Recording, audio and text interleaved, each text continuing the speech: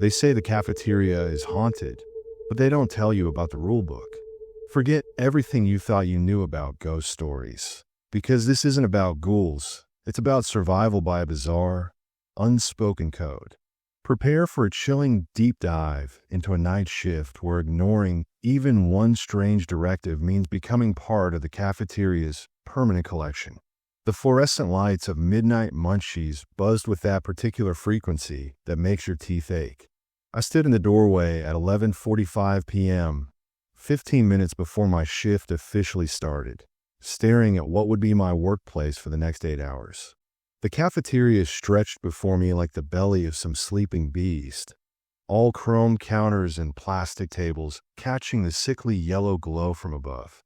Outside, the Missouri winter pressed against the windows, turning them into mirrors that reflected only darkness and my own uncertain expression. I needed this job. My landlord had made that abundantly clear 3 days ago when he'd slipped the eviction notice under my door. 23 years old, 2 semesters away from a degree I couldn't afford to finish, and desperate enough to take the only position that hadn't laughed at my resume. Night shift custodian and general attendant at a 24-hour cafeteria off Route 63. The pay was almost too good, which should have been my first warning. My manager, a rail-thin woman named Delilah with gray hair pulled back so tight it seemed to stretch her face, had interviewed me for exactly 4 minutes. She'd asked 3 questions. Could I work alone? Yes. Did I have a problem with unusual workplace policies? No. Was I prone to panic attacks or anxiety disorders? I'd lied and said no to that one too. She'd hired me on the spot, pressed a key ring into my palm, and told me to show up tonight ready to learn. What she hadn't mentioned was the book. It sat on the front counter now, impossible to miss. A composition notebook, the black and white marbled kind you'd find in any classroom, except this one looked like it had survived a house fire. The edges were brown and curled, and something that might have been coffee or might have been blood stained the cover in rusty patches. Someone had written across the front in shaky silver permanent marker, Midnight Munchies Survival Guide. Not employee handbook, not training manual, survival guide. I picked it up with the tips of my fingers, half expecting it to be warm or sticky. It was neither, just old and brittle feeling. The first page opened easily, as though many hands had turned it before mine. The handwriting inside changed every few pages, different pens, different pressures, different levels of desperation in the strokes. Some rules were printed neatly. Others were scrawled in margins or scratched so hard the pen had torn through the paper. Rule 1 was written at the top in careful block letters. Always keep the popcorn machine running between 12 a.m. and 6 a.m. Do not turn it off for any reason. The smell keeps them calm. Them, not customers. Them. I looked over at the industrial popcorn machine in the corner near the beverage station. Its glass case was already half full of fluffy yellow kernels, and I could hear the mechanical rumble of the heating element. Someone had left it on for me. Delilah, probably, before she fled into the safety of daylight. Rule 2. Between midnight and 6 a.m., you will hear knocking from the walk-in freezer. This is normal. Do not open the door to investigate. Count to 10 slowly. The knocking will stop. My stomach did a slow roll. I checked my phone. 11:53. 7 minutes until midnight. 7 minutes until whatever passed for normal here began. I flipped through more pages, my breath coming faster. The rules went on, each one stranger than the last. Some have been crossed out violently, with notes like "doesn't work anymore" or wrong" scribbled beside them. Others have been underlined multiple times, with stars and exclamation points crowding the margins. Rule 5. If the jukebox plays music without being activated, remain calm. It's choosing songs for them, not you. Never unplug it while it's playing. Wait until the song ends naturally, then bow slightly toward the corner booth. They appreciate the respect. Rule 7. The coffee must stay fresh all night. Brew a new pot every hour exactly. Set a timer. If the coffee goes stale, they get irritable. You don't want them irritable. Rule 11. The lost and found box under the register contains items that were never lost. Never open it after 2 a.m. If you hear scratching from inside it, turn the radio to AM 1520 and turn the volume to exactly halfway. The scratching will stop within 30 seconds. My phone buzzed. Midnight. The shift had begun. The change was immediate and subtle all at once. The buzzing of the fluorescent lights seemed to deepen, to harmonize into something almost like a voice. The temperature dropped maybe 5 degrees, enough that I could see my breath in thin wisps. And from somewhere in the back of the cafeteria, near the restrooms, I heard the distinct sound of chairs scraping across linoleum. I wasn't alone anymore. My hands shook as I turned back to the rulebook, searching for anything about chairs, about sounds, about what I was supposed to do in these first crucial minutes. I found it on page 4, written in blue ballpoint pen that had been traced over several times for emphasis. Rule 3. For the first 15 minutes of your shift, you must walk the perimeter of the dining area exactly once, counterclockwise. As you walk, greet each section politely. Say, "Good evening," to the booths, the tables, and the counter seats. This establishes you as respectful staff, not an intruder. Do this every night. Your life may depend on it. The rational part of my brain, the part that had taken biology and chemistry and learned to trust observable reality, screamed that this was insane.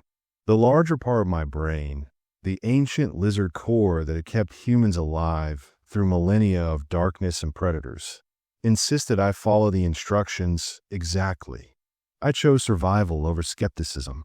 Starting at the front entrance, I began my counterclockwise walk. The cafeteria suddenly felt vast, each shadow between tables stretching into potential hiding places. I cleared my throat, feeling ridiculous and terrified in equal measure. "Good evening," I said to the row of booths along the windows. My voice sounded too loud and too small simultaneously. Something in the far corner booth shifted. I couldn't see what exactly, just a sense of movement, of something that had been still now adjusting itself to watch me. The popcorn machine behind me rattled louder, and I caught the smell of butter and salt growing stronger, almost overpowering. "Good evening," I repeated to the cluster of tables in the center of the room. A whisper answered me. Not words, exactly, but the sound of breath being pushed through teeth, of air moving through a throat not quite shaped right for human speech. It came from multiple directions at once.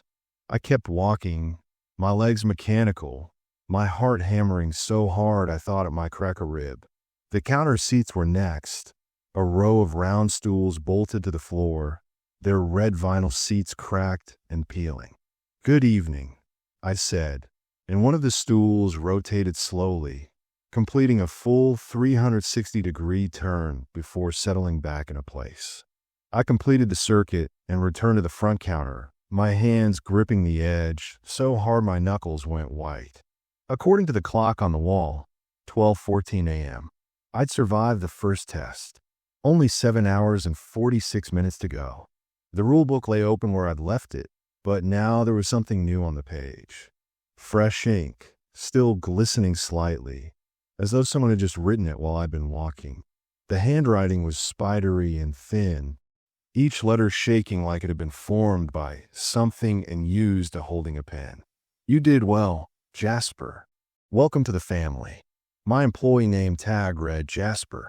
I'd pinned it to my shirt when I'd arrived, but I hadn't told anyone my name tonight.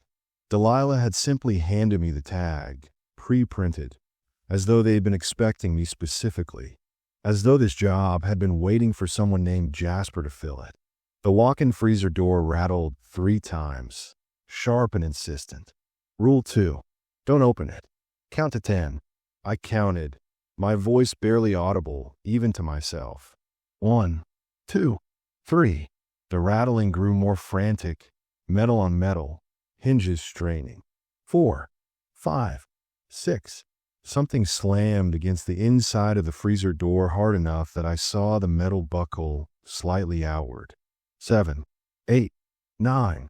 Silence. Complete and total. 10.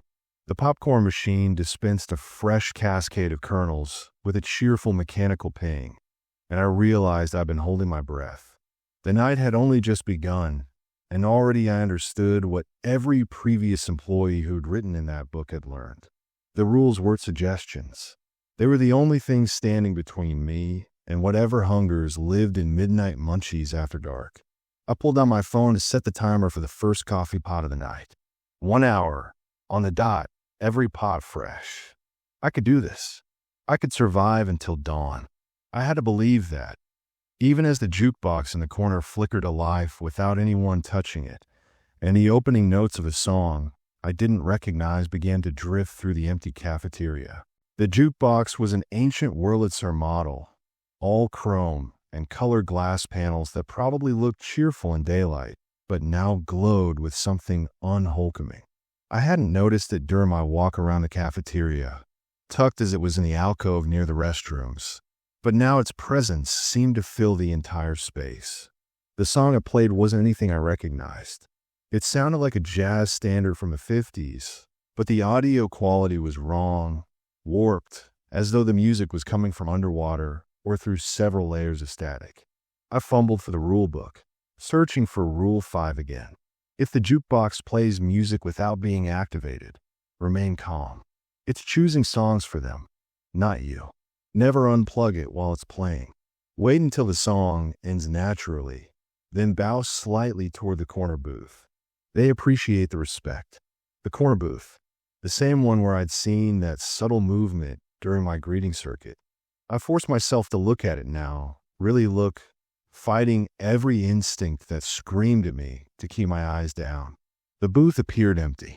Red vinyl seats, Formica table with a crack running down the center, a napkin dispenser that had seen better decades. But there was something off about the air around it. It was denser somehow, like looking through heat waves on a summer highway. And if I stared long enough without blinking, I could almost see the outline of someone sitting there. Multiple someones. Shapes that suggested shoulders, heads, hands folded on the table surface. The jazz song continued for 3 more minutes. I stood behind the counter, frozen, watching the corner booth, and trying not to think about what would happen if I failed to bow correctly.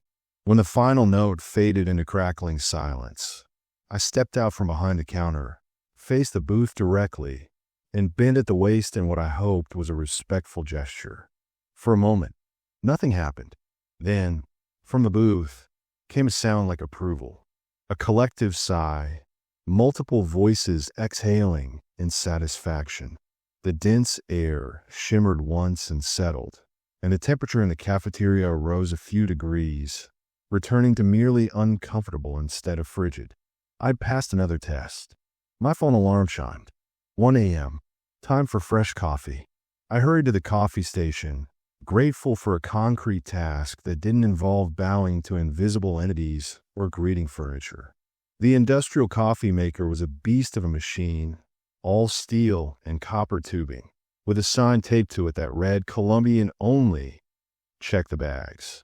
I found a coffee in the storage closet, 5-pound bags stacked neatly on a shelf, each one marked with a sharp date. Only one bag was dated for today. The others ranged from days to weeks old, so they wanted fresh coffee, not just fresh brewed. I tore open today's bag and breathed in the sharp, almost medicinal smell of dark roast. It took me 10 minutes to figure out the machine, but soon coffee was percolating with a sound like satisfied breathing, and the aroma began to fill the cafeteria. The effect was immediate. The shadows between tables seemed to relax, to lose some of their sharp edges. The whispers I'd been half hearing since midnight faded to a gentler background static. Coffee calms them. I made a mental note, underlining it in my memory with the same desperate emphasis someone had used in the rulebook. I was starting to understand the ecology of this place. Whatever inhabited midnight munchies, they had preferences, rituals, boundaries. The popcorn kept them calm. The coffee kept them content.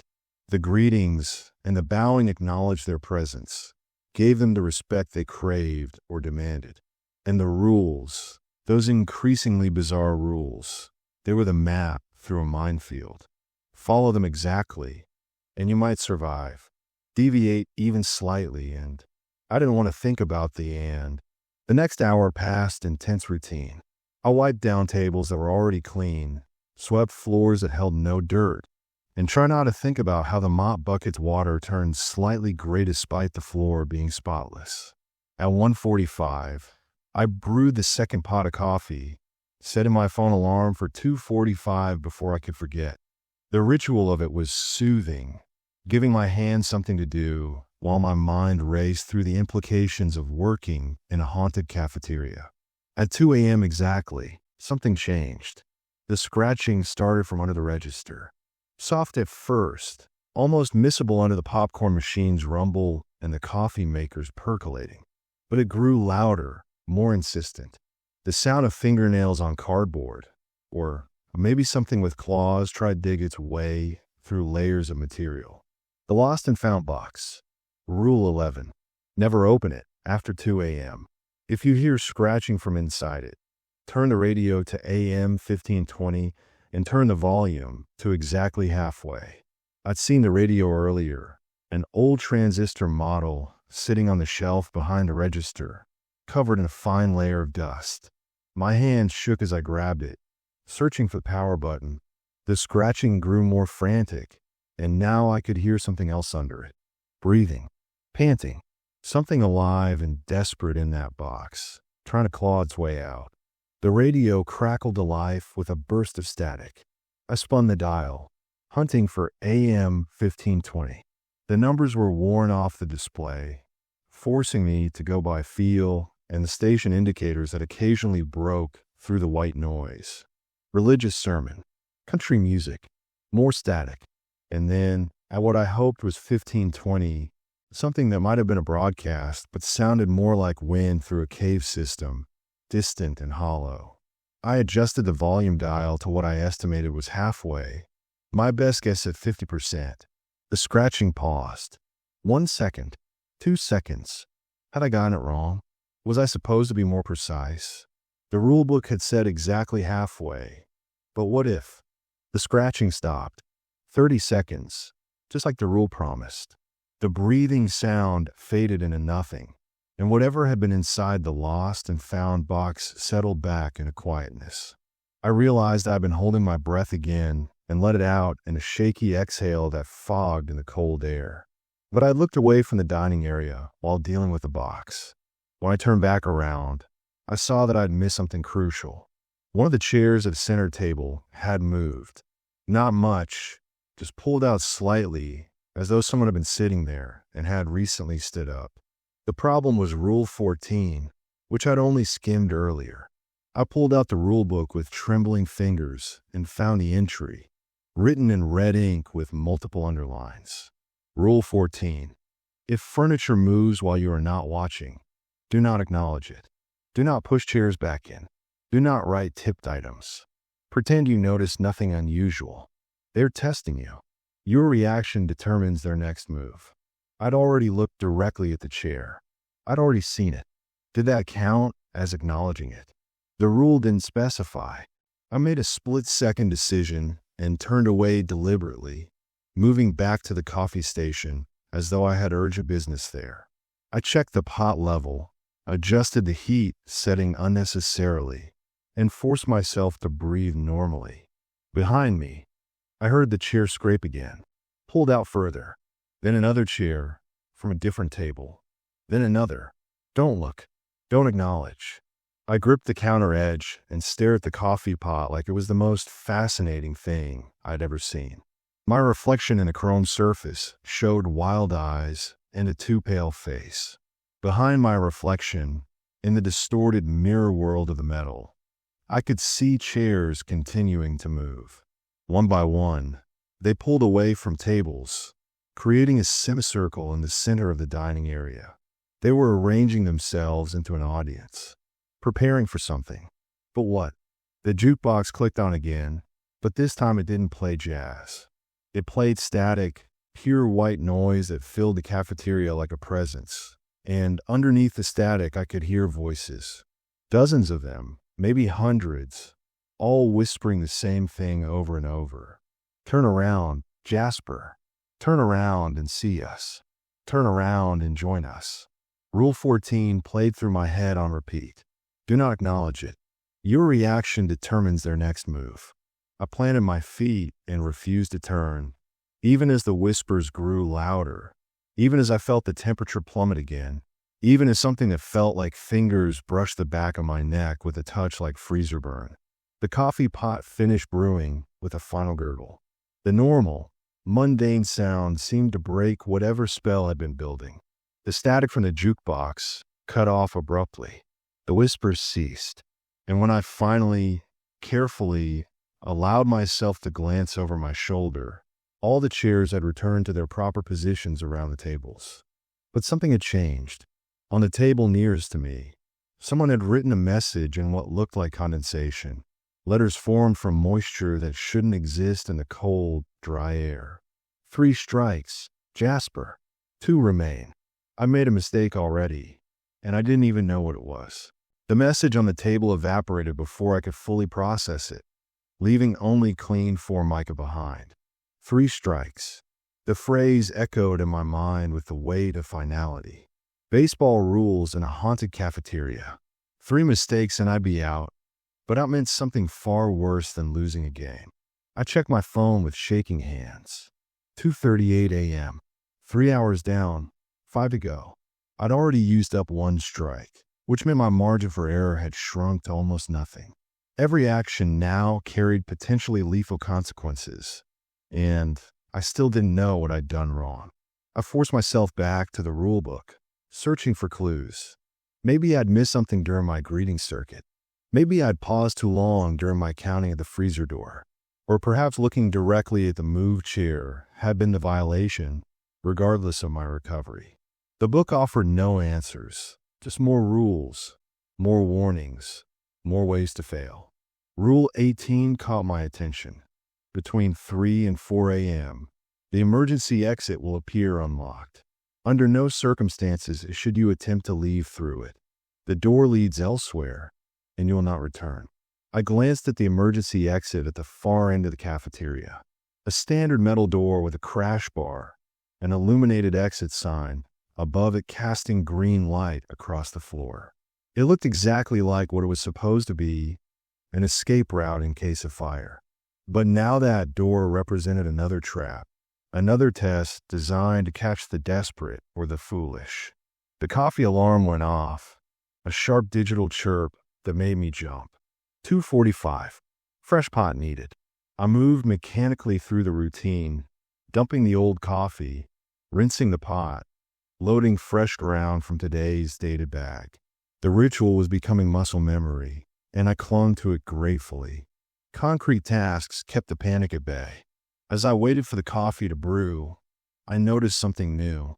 The menu board above the counter, which had displayed standard cafeteria fare earlier in the evening, now showed different items. The letters seemed to rearrange themselves as I watched, cycling through options that made no sense. Memory soup, $4.99. Regret salad, $6.50. Yesterday's special, price varies. I blinked and looked again. Normal menu. Burgers, fries, coffee, pie.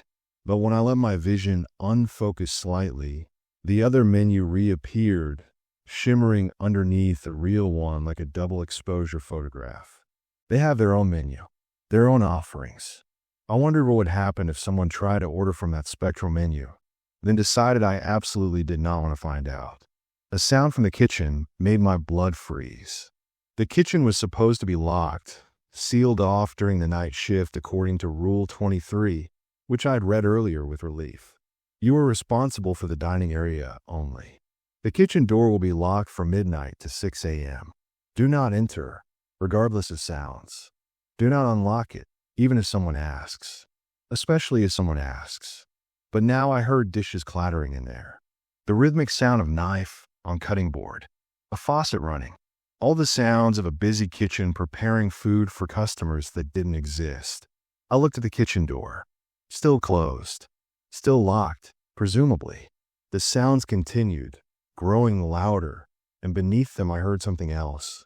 Humming. Someone in the kitchen was humming while they worked. A tuneless melody that set my teeth on edge. Follow the rules. The kitchen is locked. What happens on the other side of that door is not my concern.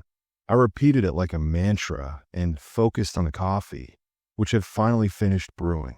The rich smell filled my nostrils, momentarily overpowering the sense of wrongness that had been building all night. I was pouring my own cup, desperate for the warmth and the caffeine, when I heard the voice. "Excuse me? Hello, is anyone out there?" It came from the kitchen. A woman's voice, muffled by the door but clear enough to understand. She sounded afraid, desperate. "Please, I'm locked in here. I've been trying to get out for hours. Can you help me?" My hand froze on the coffee pot. Rule 23. Do not unlock it, even if someone asks. Especially if someone asks. "Please," the voice continued, and now there was a tremor in it that sounded terribly genuine. I came in for my shift, and the door locked behind me. "My phone doesn't work. I don't know what's happening. Please, just unlock the door. It would be so easy. Walk over, turn the deadbolt, open the door. If there really was someone trapped in there, I'd be a hero. But if this was a test, if this was them trying to trick me into violating the rules." "I know you can hear me," the voice said, and now it had an edge to it. "I can see your shadow under the door. Why aren't you helping? What kind of person ignores someone who needs help?" Guilt washed over me in a hot wave. What if this was real? What if a coworker really was trapped, and I was letting them suffer because of some cryptic rulebook? But I thought about the message on the table. 3 strikes. 2 remain. Could I risk it? The knocking started then. Soft at first, then harder. Palms slapping against wood. "Let me out. Let me out." The voice was screaming now, raw with terror or rage. "I know you're there, Jasper. I know you can hear me. Open this door right now." She knew my name, but no one should know my name, unless she'd seen the name tag somehow, through the crack under the door, or she wasn't human at all. I stepped away from the door, my coffee forgotten on the counter.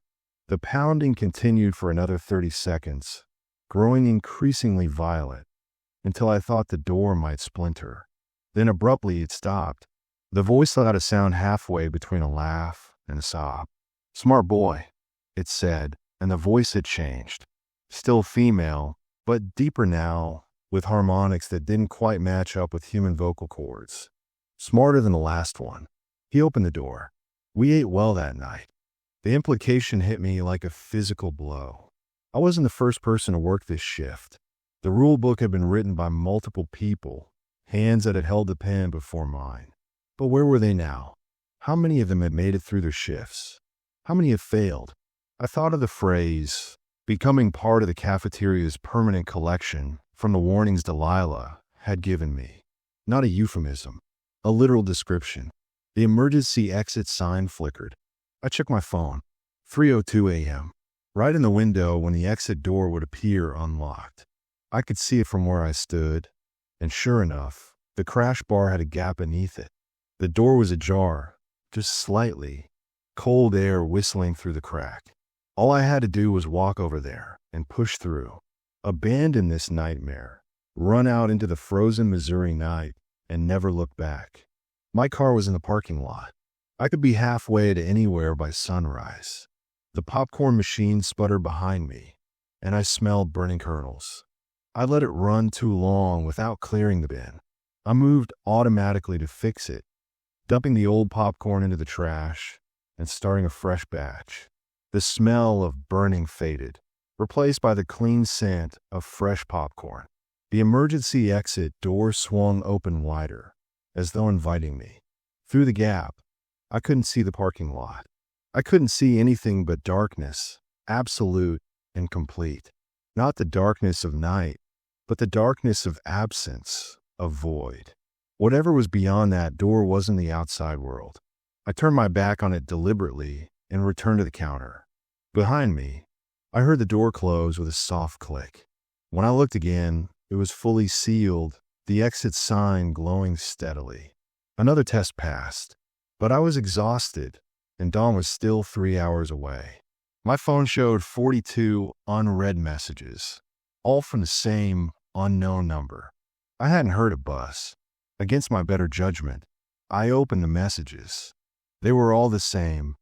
Look behind you. I didn't look. I deleted the messages and pocketed the phone. The clock on the wall read 3:33 a.m. All threes. I'd been told once that 3 a.m. was the witching hour, the time when the veil between worlds was thinnest. But here at Midnight Munchies, every hour was the witching hour, and the veil wasn't thin, it was torn wide open. The jukebox started playing again, a song I recognized this time. Don't stop believing. Rule 5 had mentioned this specifically.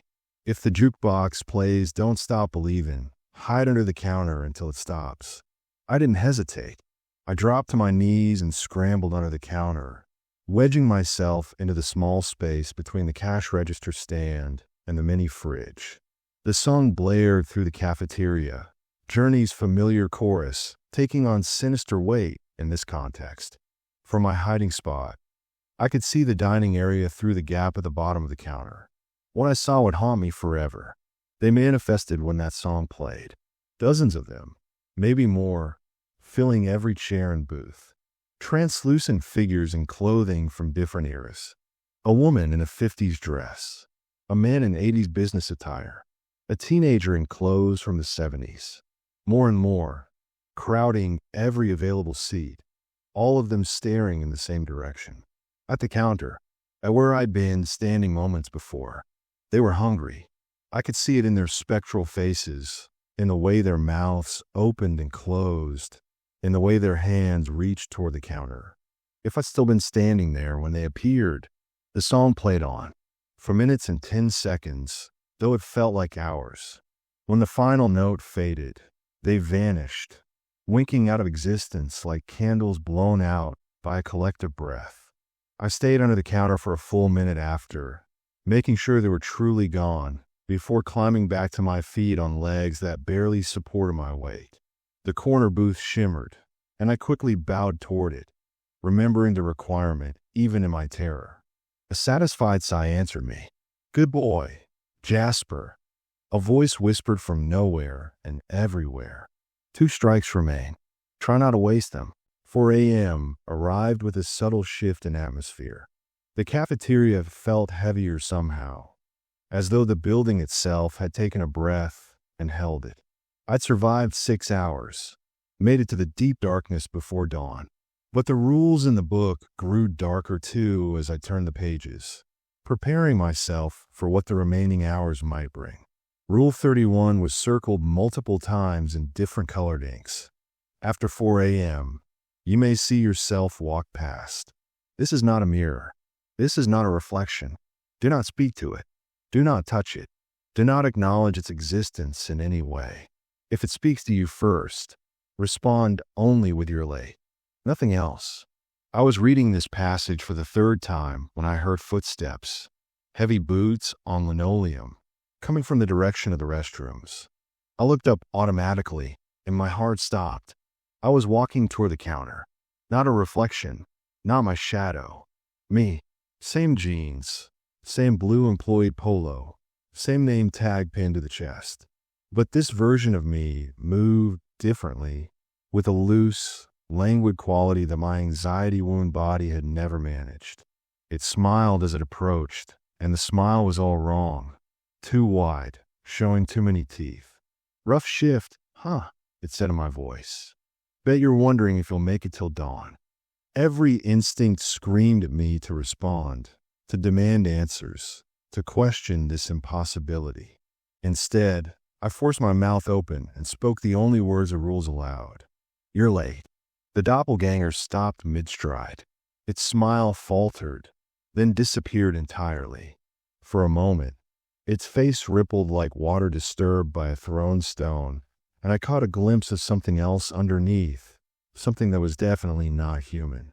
Then it stabilized, and the thing wearing my appearance turned away without another word.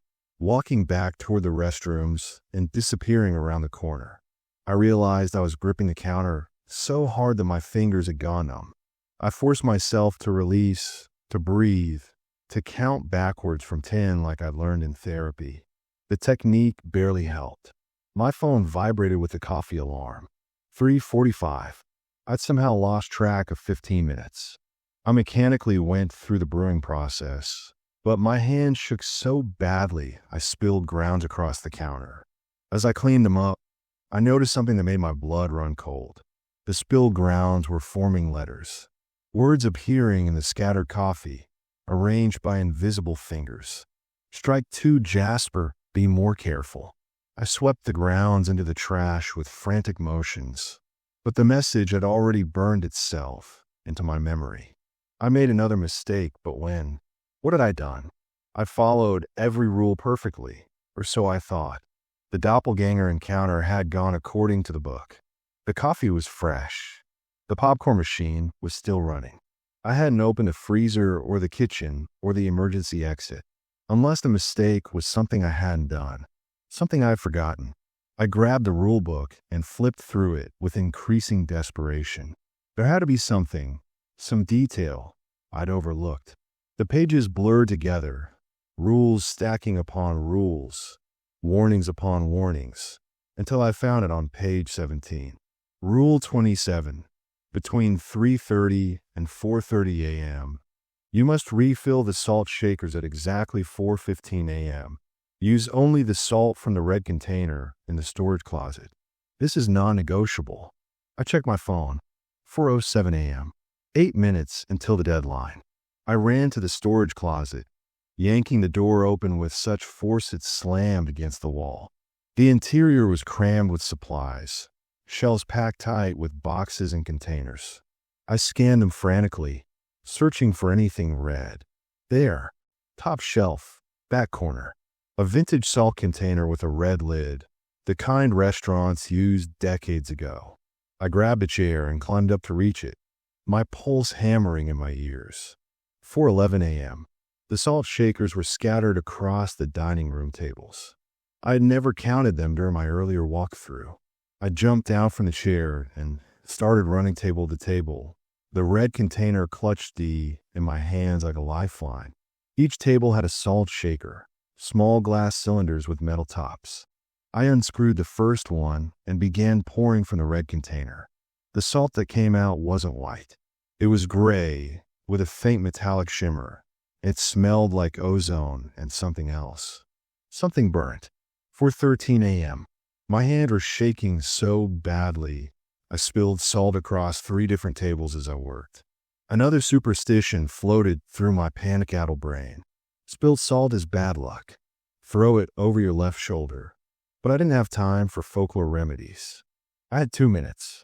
I moved faster, practically running between tables. The cafeteria had 22 tables in total, and I'd only filled 11 shakers. 4:14 a.m. 30 seconds to go. I was pouring salt into the 18th shaker when the lights flickered. Once, twice, 3 times. The whispers started again, rising from every corner of the cafeteria. They sounded angry now, expectant. The temperature plummeted so fast that frost began forming on the windows in fractal patterns. My breath came out in thick clouds. 4:15 a.m. I poured the last of the gray salt into the 22nd shaker and screwed the top on with fumbling fingers. The moment the top was secure, everything stopped. The light steadied. The whispers cut off mid-syllable. The temperature began to climb back toward merely cold instead of Arctic. I made it. Just barely, but I made it. I sagged against the nearest table, my legs finally giving out. I sat down hard on one of the chairs and let my head drop into my hands. My whole body was trembling with adrenaline crash and exhaustion. 6 hours down, 2 to go. I could survive 2 more hours. I had to. That's when I realized my mistake. I'd sat down in one of the dining chairs. The same chairs that had moved on their own earlier. The same chairs that had arranged themselves into an audience for whatever haunted this place. Rule 9, which I'd read hours ago but hadn't fully internalized. Never sit in the dining area. The chairs are not for you. If you must rest, use the stool behind the counter. The chairs belong to them. No, I whispered, starting to stand. No, no, no. But it was too late.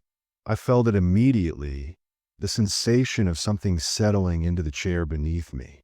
Not physically, but dimensionally, as though the chair existed in multiple spaces at once, and something from one of those other spaces had just occupied the same seat. I was sitting on top of it, or it was sitting inside of me, or we were overlapping in some way that human anatomy was never meant to experience. Cold spread through my body from the point of contact, racing on my spine and into my limbs. My fingers went numb. My vision started to gray at the edges. I tried to stand, but my legs wouldn't respond. Something had me pinned, invisible but undeniable. A voice spoke directly into my ear, breath like winter wind against my skin. 3 strikes. Jasper, you've used them all. The rule book was still on the counter, too far away to reach. But I didn't need it anymore. I knew what came after 3 strikes. I'd known it from the moment Delilah had handed me that employment paperwork with my name already filled in, as though I'd been expected, as though this job had been waiting specifically for someone exactly like me to stumble into it. This was how they added to their collection, one desperate person at a time, one night shift worker who needed the money badly enough to ignore the warnings. How many others had sat in this exact chair? How many had failed their own versions of these impossible tests? But I wasn't dead yet. The cold was spreading, but slowly, as though whatever held me was savoring the process, which meant I still had time. Not much, but some. I thought about every rule I followed tonight. The greetings, the coffee, the bowing. Every single one had been about respect, about acknowledgement, about treating the entities in this place like they mattered. They wanted to be seen, to be recognized, to be treated as real. I'm sorry, I said out loud, my voice cracking. I didn't mean to sit in your chair. I was careless. I disrespected your space. The cold paused in its advance, not retreating, but not spreading further either. I've tried to follow the rules. I continued, forcing the words past chattering teeth. I've tried to be respectful. I know I failed 3 times. I know that means I should be part of your collection now. But I'm asking for mercy. One more chance. Silence. The kind of silence that feels like a held breath, like the moment before a judge delivers a verdict. Then impossibly, the cold began to recede. Slowly at first, then faster, draining out my body like water through a sieve. Sensation returned to my fingers and toes. My vision cleared, and the presence in the chair beneath me withdrew, leaving me sitting on ordinary vinyl and metal once more. I stood up carefully, every movement deliberate and respectful. I bowed toward the chair, then toward the corner booth, then toward the room at large. Thank you, I whispered. Thank you for the mercy. The jukebox clicked on, playing a soft jazz melody I didn't recognize. But this time it felt different, not threatening, but almost gentle, like approval, or at least acknowledgement. I checked my phone with shaking hands. 4:43 a.m. Less than 2 hours remained. The sun would rise around 6:30, and my shift officially ended at 7 a.m. I could see the finish line now, almost taste the freedom of walking out those front doors in the daylight. But I'd learned my lesson about premature celebration. This place had nearly killed me 3 times in 6 hours. The final stretch could easily be the most dangerous. I returned to the counter and picked up the rule book, searching for guidance about the last hours of the shift. What I found made my remaining hope crumble. Rule 42 was written in shaky handwriting at the very bottom of the last page, in ink so faded I had to squint to read it. Below the rule, someone had drawn a series of crosses, like grave markers. Rule 42. At 5:55 a.m., exactly 5 minutes before sunrise, you will be given a choice. This is the final test. Choose correctly, and you leave at 7 a.m. as scheduled. Choose incorrectly, and you become part of what you've been serving all night. There are no hints. There are no guides. This choice is yours alone. Trust your instincts. Trust what you've learned. Trust nothing else. 5:55 a.m. 72 minutes away. I had that long to prepare for a test I couldn't study for.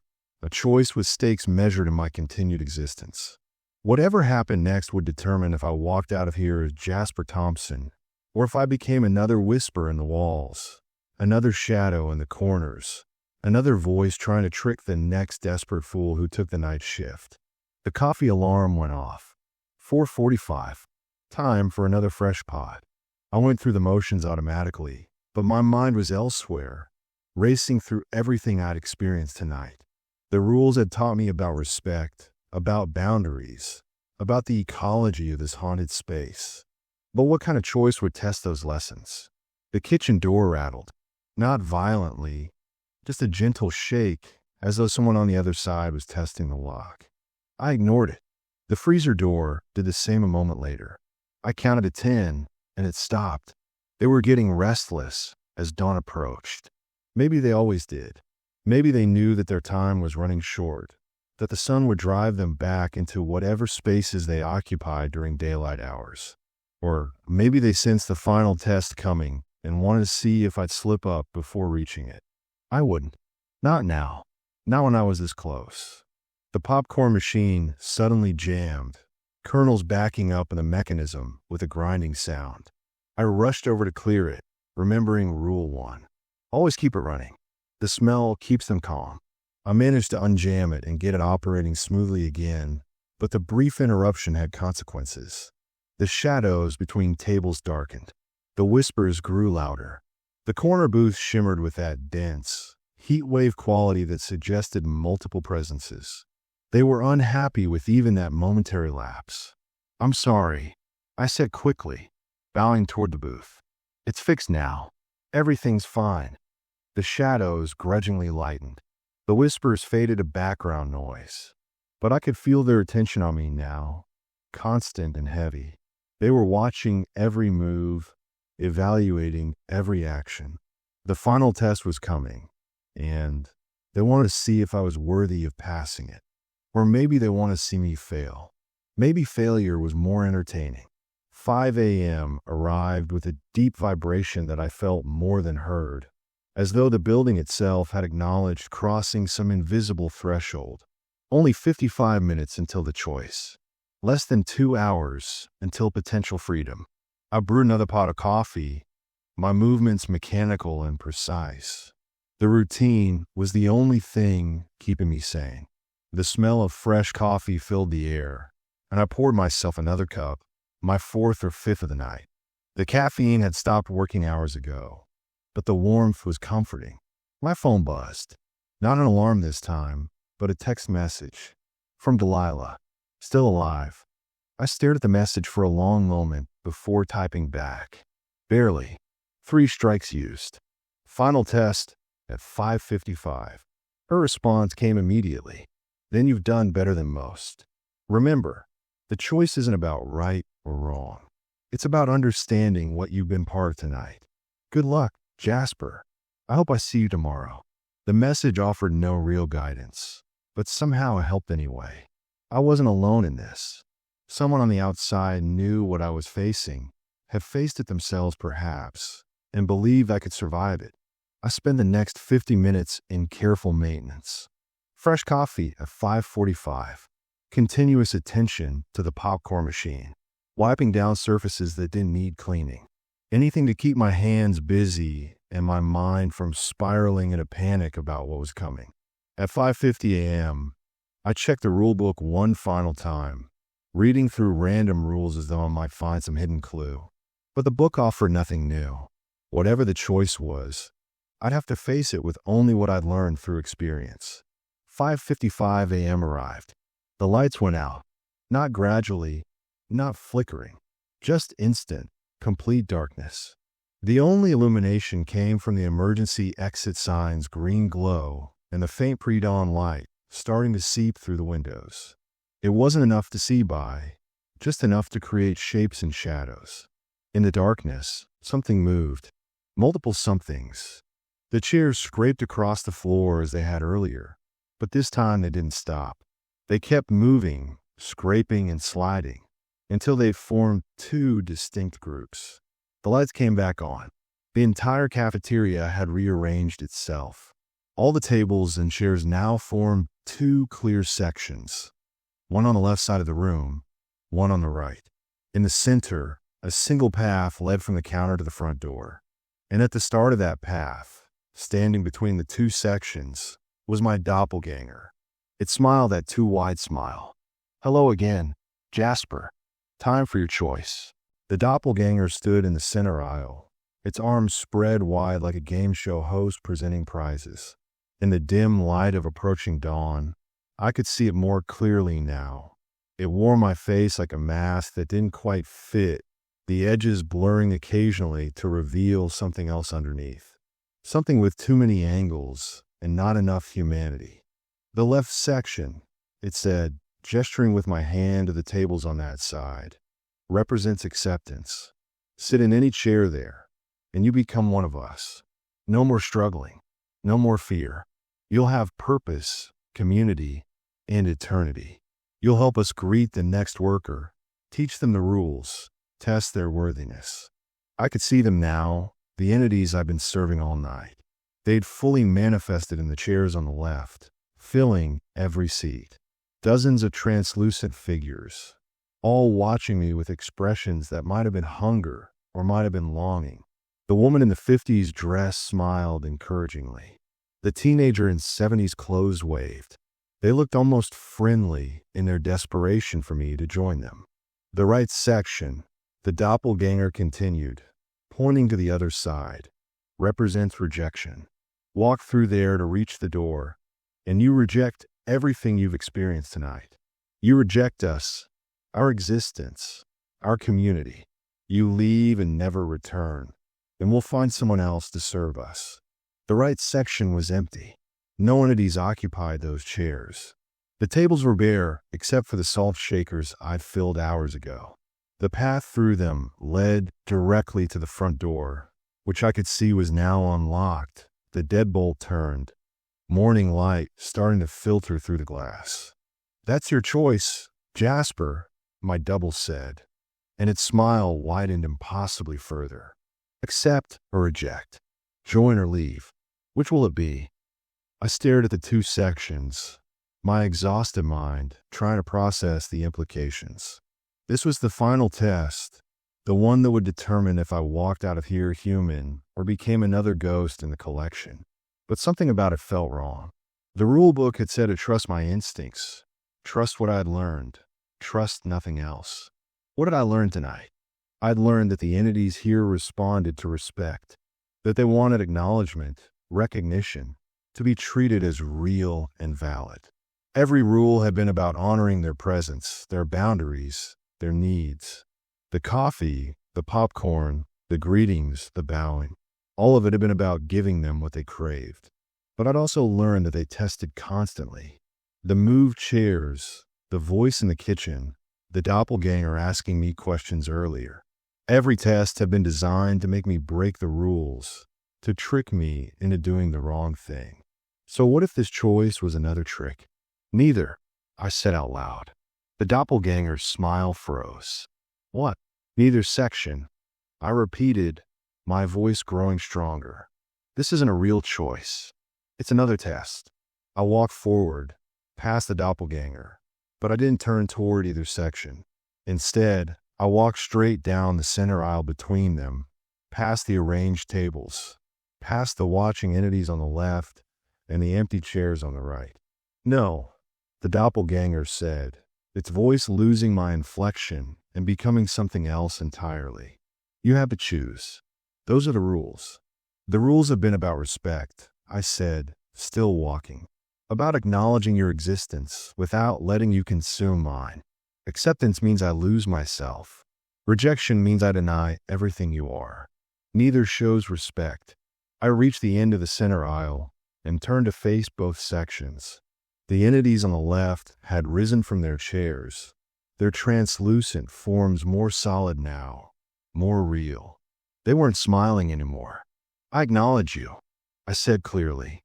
"I respect that you exist, that you have a place in this building, that you deserve recognition. But I'm not one of you. I'm not dead. I'm not trapped. And I won't reject your reality just because I'm choosing to remain in mine. The doppelganger flickered, its form becoming unstable. That's not one of the options, it hissed. Maybe it should be, I said. I turned toward the corner booth, the one I'd bowed to multiple times throughout the night. The air around it was denser than anywhere else in the cafeteria, shimmering with concentrated presence. Whatever led them, whatever held the most power here, resided in that booth. Thank you, I said to it, bowing deeply one final time. Thank you for the tests. Thank you for the mercy when I failed. Thank you for teaching me respect. But my shift is over now, and I need to go home. Silence. Absolute and complete. Even the popcorn machine had stopped rumbling. The entire cafeteria held its breath. Then, from the corner booth, came a sound. Not words, exactly, but something like laughter. Ancient, weary laughter that had seen countless workers come and go, countless choices made and failed. The entities on the left began to fade, their forms losing solidity. They didn't look angry. They looked almost proud. The woman in the 50s dress nodded at me before disappearing. The teenager gave a thumbs up. One by one, they winked out of existence, returning to wherever they spent their days. The doppelganger collapsed in on itself, folding away like origami in reverse, until nothing remained but a faint scorch mark on the floor where it had stood. The front door swung open on its own, and genuine morning sunlight spilled through, warm and golden and absolutely real. Outside, I could see my car in the parking lot, frost covering its windshield. The normal world, waiting for me to return to it. But I didn't run for the door. Not yet. I walked back to the counter and picked up the rule book. Flipping to the last page, I found a blank space beneath Rule 42. Someone had left a pen next to the register. I picked it up and began to write. Rule 43. The final choice is not between acceptance and rejection. It's about finding the third path, acknowledgement without surrender. Respect their existence. Honor what they are, but never forget what you are. The middle path is the one that leads home. I set the pen down and looked around the cafeteria one last time. The tables had returned to their normal positions. The chairs were tucked in neatly. The popcorn machine was quiet. It's been empty. Everything looked exactly as it had when I'd arrived at 11:45 last night. Ordinary and mundane. But I knew better now. I knew what existed in the spaces between the ordinary and the hours between midnight and dawn. And I knew I'd pass their test, not by choosing one of their options, but by creating my own. My phone alarm went off. 7 a.m. End of shift. I walked to the door, my hand on the handle, and paused for one last look back. The corner booth shimmered once, briefly, and I could have sworn I saw a figure sitting there. Elderly, indistinct, but with eyes that had seen decades, maybe centuries of night shifts and desperate workers and tests passed and failed. It raised a translucent hand in what might have been a wave or a blessing. I raised my hand in return, then stepped out into the morning. The cold Missouri air hit my face like a slap, shocking and wonderful. My car chirped as I unlocked it, and the sound was the most beautiful thing I'd ever heard. Normal. Real. Mine. I sat in the driver's seat and just breathed for a full minute, letting the reality of survival sink in. I made it. I worked a night shift at Midnight Munchies and lived to see the sunrise. My phone buzzed with a text from Delilah. See you tonight. I stared at the message for a long time. The smart thing would be to quit, to never return, to find some other way to pay rent. But I thought about the rules I'd learned, about the respect I'd shown, about how the entities had ultimately let me leave because I'd understood them. And I thought about the paycheck. Delilah had promised excellent money, and she delivered. One night's work had covered 2 months of rent. A few more shifts, and I could pay off my student loans. A few more, and I could finish my degree. Same time, I texted back. Her response came immediately. Good. You'll find it easier now. They remember the ones who passed the test. I drove home as the sun climbed higher, burning away the last shadows of night. Zyda was waking up around me, normal people starting normal days, completely unaware that places like Midnight Munchies existed in their town. Places where the rules were different, where respect meant survival, and where the night shift was never just about cleaning tables and brewing coffee. When I got back to my apartment, I found something on my doorstep, a small package wrapped in brown paper, my name written on it in elegant, old-fashioned handwriting. Inside was a silver pen, shaped like a coffee cup, and a note. For employees who passed the final test, word during your shifts. It grants certain protections. Welcome to the family. The management. I pinned it to my work shirt and fell into bed, exhausted but oddly satisfied. I found a job that paid well, that challenged me, that existed in a world most people would never believe in. And I'd survived my first night. As I drifted off to sleep, I could have sworn I heard the distant sound of a popcorn machine starting up, even though I was miles away from the cafeteria. And underneath that, barely audible, the whisper of multiple voices saying the same thing in unison. "Welcome home, Jasper. Welcome home." I smiled and let sleep take me, already mentally preparing for tonight's shift. Because now I knew the truth. Midnight Munchies wasn't just a job. It was a test, a challenge, a gateway to something most people never experienced. And I'd be damned if I was going to quit now. The rules were bizarre, yes. The entities were terrifying, absolutely. But I'd learned how to navigate both, how to walk the line between their world and mine with respect and dignity. Tomorrow night, I'd do it all over again. And this time, I'd be ready. Because that's what you did when you worked the night shift at a haunted cafeteria in Missouri. You learned the rules. You showed respect. You found a path that let you keep your humanity while acknowledging theirs. And you survived to see another sunrise.